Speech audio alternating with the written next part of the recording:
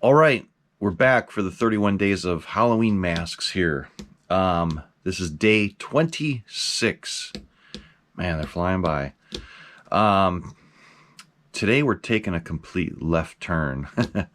Of course, I'm a big Don Post collector, but that doesn't mean I just love Don Post Studios masks. I've owned a lot of other Halloween masks out of there from a lot of other companies. I had masks back in the late 80s and early 90s, and my mother of all people changed my life one afternoon on a road trip to Kentucky when we were little kids. It was summer of 1982. I was 9 years old, and we were going on a road trip to Kentucky. I've told this story before on interviews or something, and we were in a station wagon heading to Kentucky Lake, and my little brother's 5 years younger than me. We're getting ready to leave the driveway to drive down there, and my mom turns around from the front seat. She goes, "Here, I got you guys some things, for the drive." And she hands my brother one of those little, a lot of you guys my age will probably remember these little game books with the weird yellow marker, and you'd color the page and then the answers would appear from that special marker. Like if you use the marker anywhere else, you wouldn't see anything, but it was like a reappearing ink type deal where you'd put that yellow marker and then little smiley faces would appear and circles, and really neat. I mean, it really takes me back to that time, that early 80s. But I didn't want that. Thank God my brother got that. My mom hands me a copy of the bloody best of Fangoria. She just goes, "Here you go." And I take this thing I take this magazine from her hands, and I'm like, what the hell did my mother just hand me? And literally changed my life.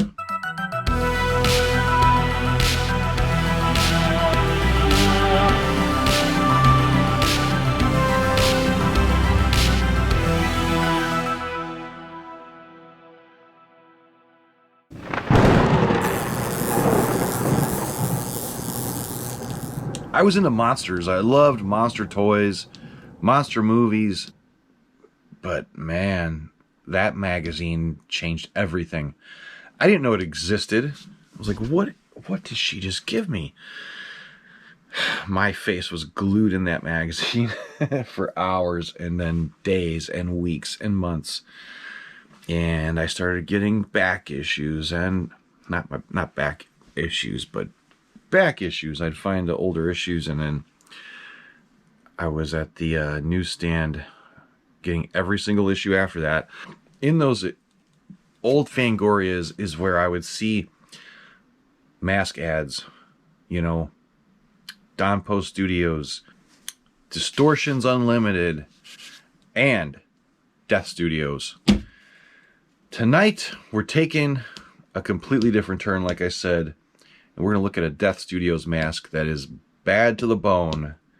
And I'm sure like a lot of Death Studios guys are going to go, "He don't like Death Studios masks. He's a Don Post guy." You're wrong. I had Death Studios masks 25 years ago, 26 years ago. I don't know how long ago. It was a long time ago. I had Distortions masks. I had Don Post Studios masks. But I did have Death Studios masks in the late 80s and early 90s. Just because I may not have a lot of those now, or hardly any, doesn't mean I do not love I love them just as much as I love these Don Post masks. And I've had some over the years. Like I'd get one or two here and there, and eventually get a different Don Post mask by selling it off. But tonight I'm going to show you a truly amazing Death Studios mask. We're going way back, okay? We're going back to the golden days of Death Studios. We're going back to the early 80s. Death Studios guys will know the whole story on the mask I'm about to tell you about. In the late 70s, there was an illustrator by the name of Richard Corbin. he did a really cool comic for good old Heavy Metal Magazine. And it was like around 1978, I think it could have made its debut in Heavy Metal. And it was Tales of the Arabian Nights. Okay. And I mean, I remember I would read Heavy Metal later years. I wasn't really into Heavy Metal Magazine in the 70s. You know, I remember looking at them as a kid and just, it was kind of like way above my brain at the time. Cool stuff going on though. The mask we're talking about, a lot of you already know, is Jinn, the Jinn. And the original mask, I believe Jeff sculpted it and released it around 1982 or 83. This is where I'm a little rusty. I think it was 82 or 83. And the original Jinn did not have any hair. He was a bald version. So in the 1983 Death Studios catalog, Jeff put a picture of Jinn in there, and it was the bald version, and it said there was a second version coming with hair, so it would have a red ponytail. Okay, that was the second edition. I actually have a picture of one with this bright red ponytail, and it's like they sculpted this little piece that would go on top of the head. The ponytail would come out of it. It's awesome. It's so that made it look more like the comic strip character. Okay, that's where this all came from. So they're basically adding this hair piece on it, and it made it look more like that genie, that Jinn in the comic strip. And to my knowledge, after that came another version released, possibly around 1986, with horsehair as the ponytail. And that, my friends, is what I've got sitting right here. And it's a beautiful copy. I'm going to show you this mask. However, something crazy happened, and I had to rescue it. I knew the mask for several years in my friend's collection, and I went down there one day to look, and the mask was completely covered from head to toe, well, from his chin to his brain, in a strange mold. Look at this. Terrifying. Like, I wanted to throw up when I saw the mask, because it was such a pristine copy of this elusive Jinn. And just 3 years prior to that, it was perfectly brand new, you know. And I'm like, what is going on? The masks, you know, it along with other masks were stored in a very dark place. Never got much light. Temperature controlled, humidity controlled, you know, perfect conditions. However, the only thing I can think of is something was transported from a different location to this collection area, and it brought with some weird mold spores that just loved their new environment. And you know, it took over some masks, and I'm like, what is going on? I've seen a lot of crazy stuff with masks, but I've never seen anything like this. I've seen little mold spots appear on masks over time, like little brown dots that would just kind of grow out of nowhere. But I've never seen anything like this, where an entire mask was covered, completely covered with a gray mold. So I brought the mask home. I'm like, I gotta clean this. And there's other masks I have to clean. But I'm like, I gotta save this, because I knew how beautiful this mask was originally. And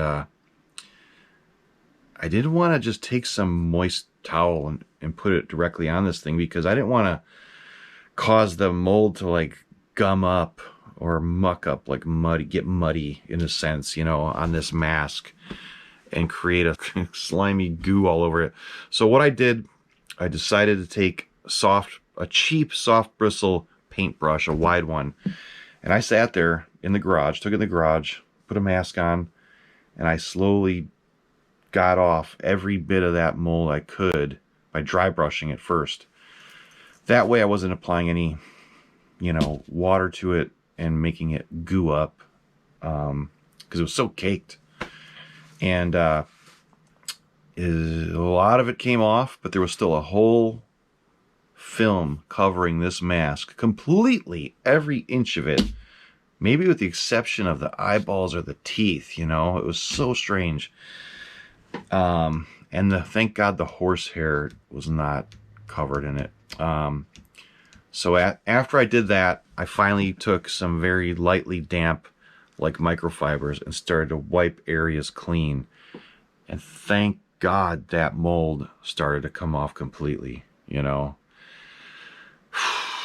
It took hours of cleaning this mask. I wasn't going to just rush through it. I know how important this mask is. It's so beautiful, and it's one of my favorite Death Studios masks. And I cleaned it. Then I went over it a second time and a third time, and I still have to go over it one last time with some lightly damp soft towels to just go over it and get any residue that may still be on this mask. But when you see it now, you're not gonna know it was the one that was covered in mold, because it looks pretty pristine again. It's like that era of Death Studios mask, even Distortions, that 80s, early 80s to early 90s, just connects me to that special time of reading that magazine, because that was absolutely one of the greatest times of my life. Growing up reading Fangoria, nothing like it. Of course, the old monster films of the 30s and 40s are everything. But I tell you what, growing up with the late 70s, all through the 80s, living through that whole VHS era, ain't nothing like it. None of you kids now will ever even come close to. I can't even explain how amazing it was.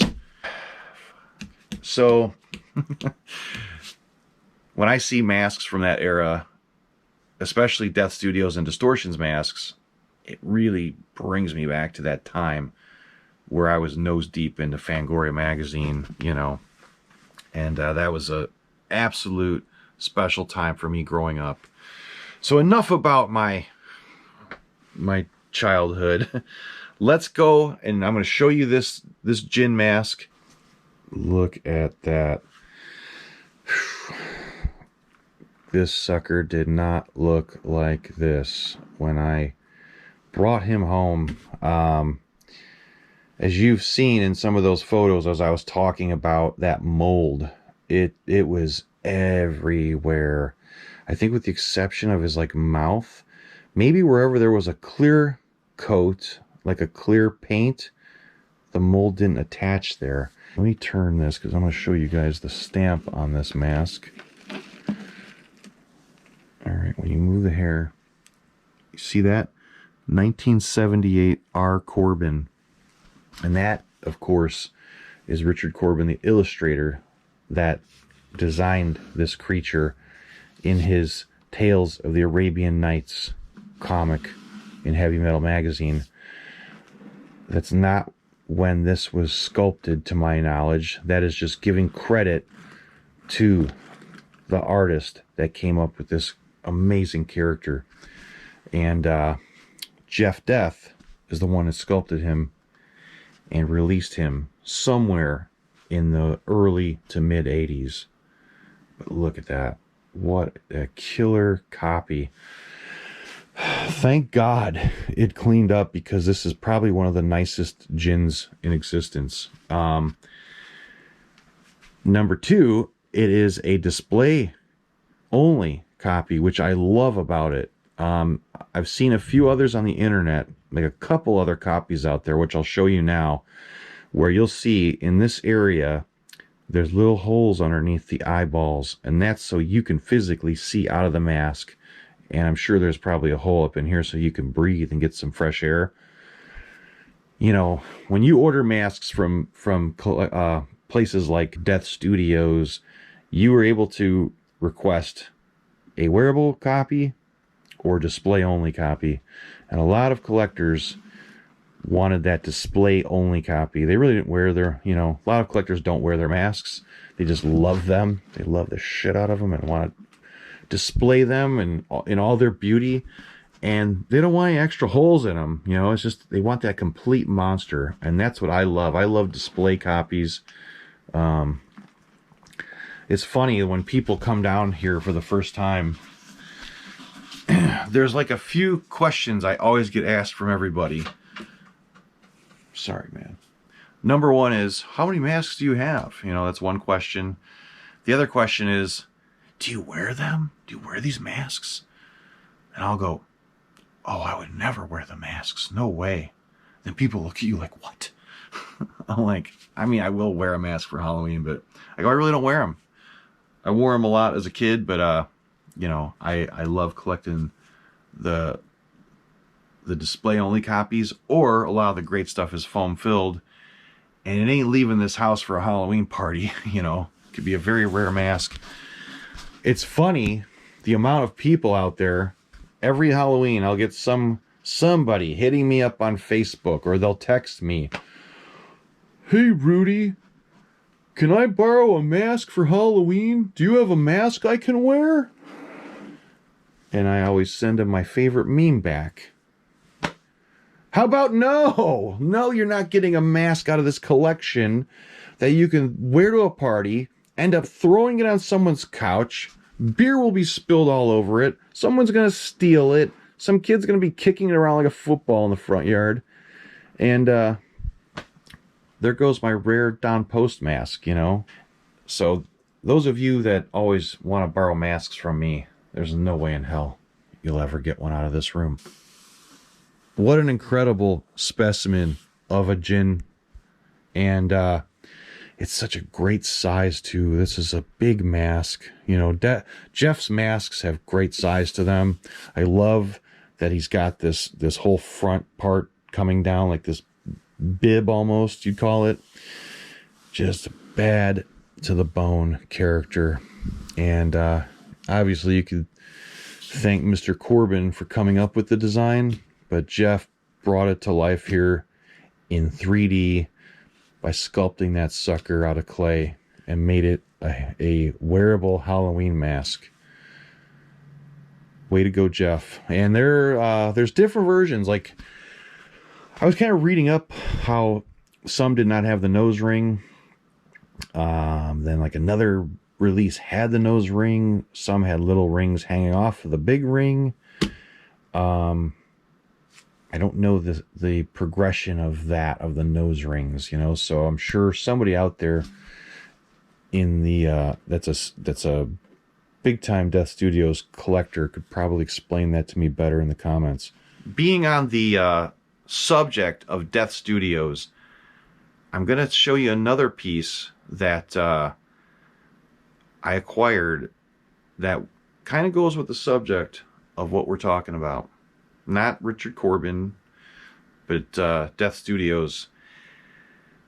The next piece is an elusive mask I've been after for a long time.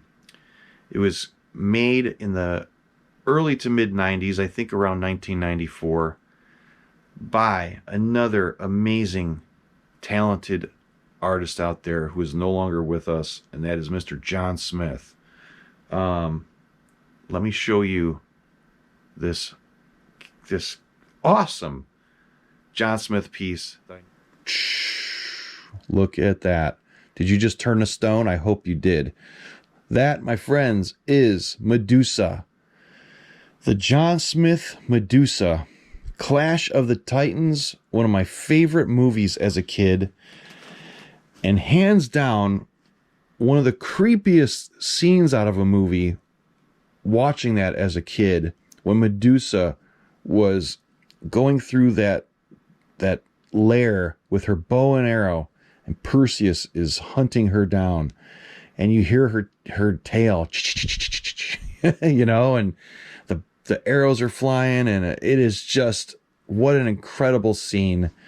the great Ray Harryhausen once again made the amazing stop motion little miniature model used for the film, and the very talented John Smith did this as a commission piece, I think, for a guy I know by the name of Ray, another Ray, but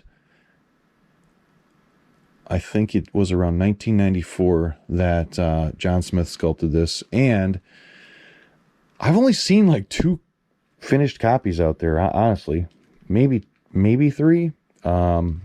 I keep searching the internet for more images of the good old John Smith Medusa, and this is a beautiful blank. My friend had this thing stored away for years, never had anybody paint it for him, and I told him, I go, you gotta let me paint this mask. Oh my God, it's so amazing, and it deserves to be foam filled and painted beautifully and displayed. And he said, someday you will. And that's exactly what's going to happen with this thing. And the more I look at this piece, I'm a good painter. I've painted some cool stuff, you know. Might take me a little longer than the pros. I'm good at Don Post paint-ups. I'm good at replicating Don Post work, that type of stuff. But this, the more I thought about it, I'm like, I want to reach out to someone amazing to have this done, because this is special to me. This is a very special piece that you just cannot get anymore. You cannot find this. This John Smith Medusa. And my first choice is Casey Love. I think Casey would make this thing look insane. I reached out to him. I got to follow up with him. He did answer me, but he was on the road. And I want to take images of the Ray Harryhausen miniature, because it's painted up. It's full color little miniature. I want to follow the exact colors on that miniature and have this painted just like it. So all the snakes are different colors. Those of you that know Casey's work know Casey could make those snakes freaking insane, make them look real, you know. It would be probably the best John Smith Medusa on the planet if he gets it. If I can get him to paint it for me. If not, I got to think of some other amazing people that I love out there. Casey Love, you're number 1 on my list. So hopefully if you see this, anyway, I got to get back in touch with you. But this is awesome. I am so grateful that I am able to finally own this and have it painted up beautifully, because this is just killer, from one of the best movies of my childhood, Clash of the Titans. Wasn't that Medusa really cool? And those of you that know John Smith's work will appreciate that so much. And he did some of the great pieces that came out of Death Studios were sculpted by John Smith. And I gotta stress, that is not a new copy out of some mold. It's not a recast. That is a vintage 90s pull, one of the originals. And speaking of original pulls, I have another one I acquired, again from one of my favorite movies of all time, especially from my childhood. And this one I'm going to paint myself, and I can tackle this one. I can do it. This is one of my favorite characters of all time. You may remember him from one of those classic 80s horror films from around 1982. He was a grumpy old man. He was always yelling. He was banging his cane on his chair. He wanted his frickin' Father's Day cake more than anything. His name was Nate. His daughter smashed his head in with an ashtray, and he turned into a rotted corpse of a zombie and got his revenge on Father's Day. And he got his cake. So now I'm going to introduce you to Mr. Nate. So look at that. This is a vintage pull of Nate from the Tom Savini mold. There was a Death Studios version, and there was a Tom Savini, obviously Tom Savini mold. And this is a very old blank. I'm assuming it was cast at some point in the 80s. A good friend of mine who knows more about Tom's mold told me that these molds, first of all, Tom's did not have any teeth in it, like that. You see that? There's no teeth in the sculpt. Teeth are added. And these little divots here from the actual mold are in Tom's version.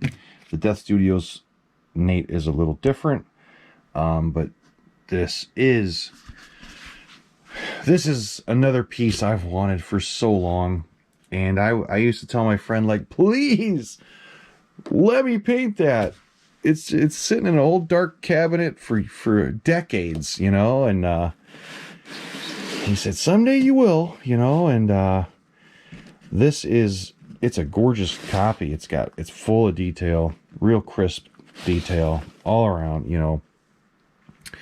And I am going to do this Nate up myself. I'm going to study the original. At first I was going to study other people's versions that they've painted up, but I'm going to study the original Nate. You know, I've got Tom Savini's books, and there's great images in one of them. I don't think it's in Bizarro. I think it's in Grand Illusions. I think there's some nice color photos of Nate. And there's a great image of Nate, the you know, not Nate, but the guy wearing the Nate outfit, grabbing Stephen King from behind. It's one of my favorite pictures. That's the kind of stuff I loved so much in the 80s. Reading Fangoria and seeing all those great images of characters from my favorite movies and learning how the special effects were done. I guarantee a lot of you watching this probably wanted to go to special effects school. I sure did. I'm like, please. I was trying to convince my parents to send me to California to be a special effects artist, and they never did. So I did go to art school, though. You know. Creepshow is hands down one of the greats. One of my favorites. That early 80s era of horror is ingrained into my blood, into my brain. Those of you that were kids around that time, you know, in 82 I was 10. My brother and I would watch HBO nonstop all summer, day and night. It was on all the time. They would play Creepshow like 1,000 times throughout the year, it seemed. We'd watch that. We'd watch Commando. We'd watch all the great action movies, the horror films. It was just so... What a time to be a freaking kid.